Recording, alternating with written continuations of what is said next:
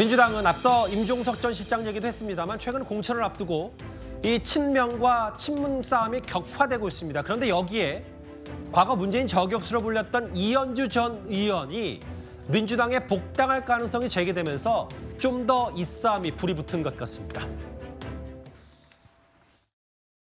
저는 반문입니다. 그런데 제가 오히려 손학규 대표께 묻고 싶습니다. 손 대표께서는 반문입니까? 친문입니까? 이 문재인 대통령의 한국 경제에 대한 인식, 정말 큰일이다 이거. 정당이라기보다는 문재인 정권 내지는 이제 그 당시에 이제 그때 친문 패권에 대한 비판을 했던 건데요. 결과적으로 보면 문재인 정권이 사실은 좋은 평가를 못 받았죠. 근데 이거는 제가 이제 결합을 해서 복당을 한 다음에 고민할 문제인 것 같고요. 이재명 대표가 직접 전화해서 설득했다는 얘기, 이현정 의원님. 네. 친명들은 들어오면 환영이다라는 취지. 근데 친문들은 이거 구정치보다 못한 거다. 여기서 친문 친명이 확 갈리고 있어요. 자, 근데 저는 참 의문이 왜 이재명 대표가 당에도 많은 분들이 계신데 굳이 왜 이현주 의원을 영입하려고 했을까? 거기에 저는 의문점이 있습니다. 왜냐? 이현주 의원은 참 스펙트럼이 넓으신 분이에요. 예를 들어 처음에 시작은 이제 이 민주당으로 정치를 시작을 해서 또 거기서 이제 이 우파 쪽으로 와서 보수의 여전사까지라는 이야기를 들었지 않습니까? 그랬던 분이 갑자기 또 왜 이제 민주당에 들어갈까? 그리고 또 예전에 문재인 대통령에 대해서도 굉장히 비판을 많이 했죠. 또 이재명 대표에 대해서도 굉장한 비판을 많이 했습니다. 모두 깍이라고 이야기를 하잖아요. 다 비판했는데 왜 지금 이 시점에서 이 영입을 시도하고 있을까? 저는 그분이 이제 궁금증인데 저는 참 한 정치인이 어떤 결국은 어떤 정치 역정을 하는 거, 물론 본인이 당도 바꿀 수 있습니다만은 저는 이현주 의원이 좀 이해할 수 없는 부분은 도대체 정치 철학이 뭔가라는 부분을 저는 의문이 있어요. 왜냐? 다 그냥 비판합니다. 그냥 모두가 다. 그럼 본인은요? 본인은 어디 지점에 서 있는 건가요? 그래야지 국민들이 당신은 어떤 정치인이다 이렇게 지지할 거 아니겠습니까? 자, 보수의 한때는 머리 깎고 보수의 여전사라고 하던 분이 이제는 또 가서 이제 친명의 여전사가 되는 거 아니겠습니까? 이걸 국민들이 어떻게 판단할까요? 그런데 당연히 지금 친문들은 반발하고 있죠. 그러니까 친명들은 윤석열 대통령을 비판하니까 좋다라고 들어오고 있는데 저는 제가 생각할 때 이 목적은 결국 이 이현주 의원을 이재명 대표가 영입하려는 목적은 친문을 겨냥한 게 아닌가 이런 생각도 들어요. 왜냐? 최근에 당내에서 이제 임종석 전 실장을 비롯해서 친문들이 이제 출마를 준비하고 있다 보니까 이현주 의원이 특히 문재인 전 대통령과 그 친문에 대한 비판의 강도를 굉장히 높게 했었거든요.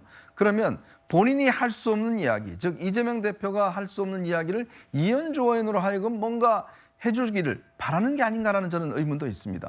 즉 차도산이나 우리가 이야기를 하잖아요. 자기가 할 수 없는 것들을 대신 이현주 의원을 앞세워서 친문 세력을 공격함으로 인해서 자신에게 이득을 얻기 위해서 여러 가지 무리하고 그리고 또 본인의 정체성도 불분명한 이현주 전 의원을 입당을 시켜서 뭔가 하려고 하는 게 아닌가라는 그런 저는 생각도 듭니다.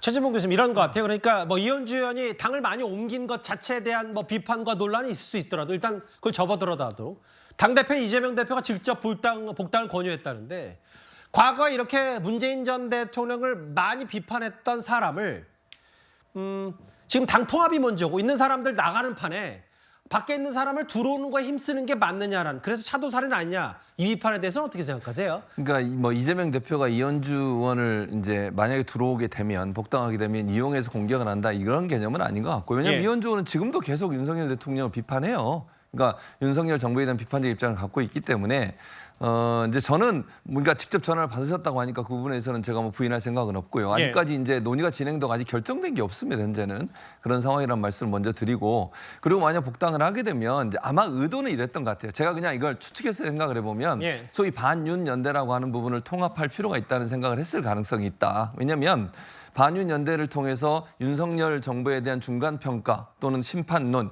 이런 부분을 좀 공고하게 할 필요가 있지 않았나는 생각을 했을 거예요. 그런 차원에서 누군가가 제안했을 것이고 그 제안을 이제 이재명 대표가 만약에 본인이 직접 전화를 했다면 그런 부분들이 고려됐을 가능성이 저는 있다고 봅니다. 그래서 반윤 연대라는 전선을 좀 키워서 그걸 통해서 정권 심판원이 좀 더 힘을 받게 하는 그런 어떤 전략적 선택이었을 거라고 저는 보고요. 아까도 제가 말씀드렸습니다만 아직까지는 결정된 게 아무것도 없다는 말씀을 드리고 싶습니다. 같습니다. 지금도 논의가 되고 있는 것 같고요. 제가 뭐 정확히는 알지 못하지만 그래서 여러 가지 사정들이 좀 있기 때문에 좀 지켜볼 필요가 있다는 생각이 개인적으로 있습니다. 그러니까 이제 뭐 좀 더 지켜봐야 된다는 건 이재명 대표나 이현주 전 의원도 이 정도의 당내 반발을 예상하지 못했을 수도 있고 혹은 다른 차원에서 혹은 이현주 전 의원의 개인적인 이제 앞으로 지역구 출마해야 되는데 예를 들면 어제 홍익표 원내대표인가요? 홍익표 원내대표는 여기서 선당구사해라는 표현. 그럼 이제 개인적인 정책 이해관계도 안 맞았기 때문에 복당이 지금 주저되는 거다 이렇게 보시는 겁니까? 뒤에 부분이 좀 더 저는 영향을 미칠 거라고 생각해요. 만약에 들어오게 되면 여러 가지 이제 본인도 정치를 하기 위해서 하시는 거 아니겠어요? 근데 그런 부분에 있어서 본인이 어떤 생각이 있는 부분과 당에서 또 만약에 생각하는 부분이 있을 텐데 이런 부분에 대한 조율이 좀 이루어져야 되지 않겠습니까? 그 부분에 대한 조율이 잘 안 된다고 하면 또 어떻게 될지 모르기 때문에 조금 더 지켜봐야 될 것 같습니다. 이게 이현주 전 의원에게 복당을 권유한 반면에 이재명 대표가 최근 어제 오늘 꽤 많이 등장하는 인물 임종석 전 실장을 향한 친명계 공격도 꽤 거세지고 있습니다. 젊은 후배들 입장에서는 임종석 비서실장 정도 인지도면 정말 용산 같은 데 출마해야 되지 않았나. 성동구에 등기 쳤냐. 그렇게 항의하시는 분도 계세요. 친명과 비명 간의 갈등이 혹시 격화되는 거 아닌가 그런 약간 걱정스러운 시각도 있잖아요. 저희는 그런 갈등은 격화돼야 된다고 봅니다. 아니 그럼 도전을 해야지. 그냥 그 경선하지 말고 그냥 다 현역 국회의원 공천 줍니까? 이게 친명 친문 프레임에 들어가지 않으려는 노력을 좀 하셔야 되겠다는 판단이 들고 굉장히 어리석은 행동이라고 생각하고 그 프레임에 빠지는 거는 민주당이 필패하는 길이기 때문에요. 강전혜 변호사님, 물론 추미애 전 장관은 약간의 좀 다른 길을 가고 있긴 한데 이제 친문들도 이게 마치 당신들이 정권 교체 당한 책임이 있지 않냐라는 프레임에 갇히지 않기 위해서 뭐 이현주 전 의원 건도 그렇고 여러 가지 이제 목소리들을 좀 내는 것 같아요. 어떻게 판단하시겠습니까? 그렇죠. 지난번에 원칙과 상식이 탈당을 할 때 마지막에 윤영찬 의원, 친문계로 분류가 되고 있는데요. 윤영찬 의원이 탈당을 하지 않으면서 무슨 얘기를 하냐면은 임종석 비서실장 등 예전에 청와대 같이 있었던 사람들이 만류했다라는 얘기를 했습니다. 그래서 윤영찬 의원이 남았죠. 그랬는데 이제는 비명계, 그러니까 친명계에서 비명계들을 공격을 하는 게 윤영찬 의원을 넘어서 윤영찬 의원을 당에 잔류하게 만들었던 임종석 전 비서실장. 임종석 전 비서실장을 지금 굉장히 공격을 하고 있는데요.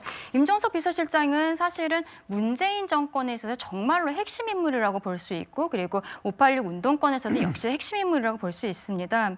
그런데 이제 임종석 비서실장에 대해서 이렇게 계속적으로 문제 제기를 하는 것에 있어서 이재명 대표 입장에서는 사실은 본인 입으로 이야기하고 나가게 하는 것은 굉장히 부담이 되는 거죠. 노영민 비서실장, 임종석 비서실장에 대해서 나가라고 얘기하는 게 그동안에는 친문 핵심 세력으로 보이는 혁신회의라든지 이런 데 입을 빌려서 이야기를 하지 않았습니까? 우리가 조금 아까도 얘기했지만 사실은 이현주 의원을 이재명 대표가 직접 전화를 해서 들어오라고 이야기하는 것도 분명히 친문계 인사들에 대한 압박을 높이는 부분인데요.